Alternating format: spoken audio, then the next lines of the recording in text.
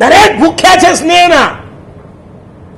70 વર્ષના કાકાએ દીક્ષા લીધી અને 35 વર્ષની ઉંમરના એના ગુરુ હોય ને, તો ઉંમર કોની વધારે કહેવાય? શિષ્યની કે ગુરુની? શિષ્યની. છતાંય 70 વર્ષના શિષ્ય એમ ઈચ્છતો હોય છે કે 35 વર્ષના મારા ગુરુ મને સ્નેહ આપે, આખા દિવસમાં 10 મિનિટ પણ મારી સાથે પ્રેમથી વાત કરે.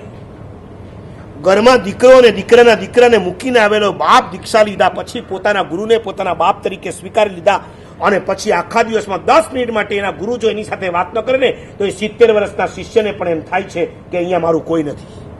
બધા સ્નેહના ભૂખ્યા છે. તમારા સંતાનને તમે સ્નેહ નહીં આપો તો એ ક્યાંક ગોતી લેવાનો છે. મને એક સમાચાર મળ્યા હતા કે ઇન્દોરમાં એક બાપ પોતાની 18 વર્ષની દીકરીને લઈને મહાત્માની પાસે ગયો. એને કીધું, મારા સાહેબ, આ છોકરીને સમજાવો, આ છોકરી એક મુસલમાનના પ્રેમમાં પડી ગઈ છે.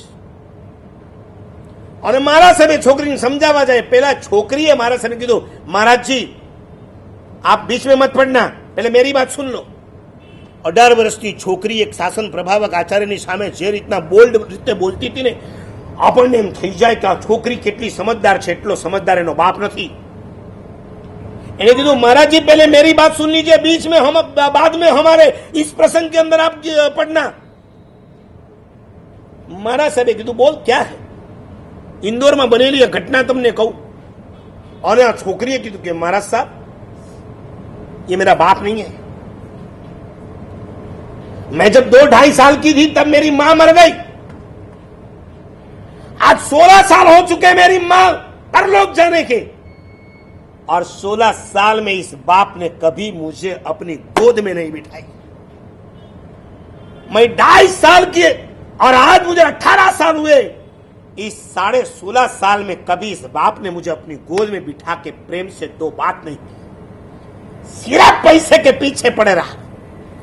घर पे आता है तो मोबाइल से बात, और कोई बात नहीं.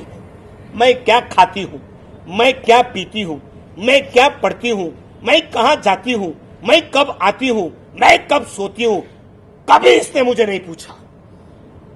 घर के अंदर पैसे इतने हैं, नौकर है, चाकर है, छोड़ दी मुझे उनके भरोसे. मैं 10th पास करके जब कॉलेज के अंदर गई, मुझे भी जवानी थी, मुझे भी कोई अपना चाहिए था सहारा. महाराज साहब, मेरे बाप ने मुझे सहारा नहीं दिया, तब मैंने अपना सहारा ढूंढ लिया है. आज मेरा बाप यदि आपको ऐसा कह दे कि मैं गाड़ी के पटरी के ऊपर सो जाऊंगा तो सो जाने दो, लेकिन मैं जिससे शादी करने वाली हूं उसी से करूंगी. आप बीच में मत आना. શું બોલે મારા સાહેબ?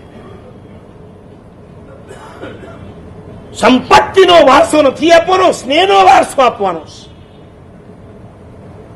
આજે તમે બેધ્યાન રહે તો આવતીકાલે આપણા ઘરમાં પણ આ ઘટના ઘટી શકે એમ છે. યાદ રાખજો, જ્યાં સ્નેહ છે ને ત્યાં સ્વર્ગ છે, જ્યાં તર્ક છે ત્યાં નર્ક છે. તમારા સંતાનો તમારી સાથે જો આર્ગ્યુમેન્ટ કરતા થઈ જાય તો સમજો કે તર્ક કરી રહ્યા છે અને આવતીકાલે તમારા ઘરને નર્ક બનાવી દેશે. તમારા સંતાન તમે જે કહો એને સ્વીકારતા એગ્રીમેન્ટ કરતા થઈ જાય તો યાદ રાખજો, આવતીકાલે તમારો સંસાર સ્વર્ગ બની જવાનો છે. સ્વર્ગ બનાવો કે નરક બનાવો તમારા હાથમાં છે. બે ભાઈ વચ્ચે પ્રેમ ન હોય, પતિ અને પત્ની વચ્ચે સ્નેહના સંબંધ ન હોય, રૂપિયાની મૂડી કરતા પણ સ્નેહની મૂડી ચડિયાતી જ. રૂપિયાથી ખિસ્સું ગરમ થાય છે, સ્નેહથી તો આખો પરિવાર ગરમ રહેતો હોય, ફૂલેલો ફાલેલો રહેતો હોય. સ્નેહ આપવા માટે બીજું કાંઈ નથી કરવાનું, થોડીક મનની ઉદારતા લાવવાની, થોડીક મનની ઉદારતા. Let go.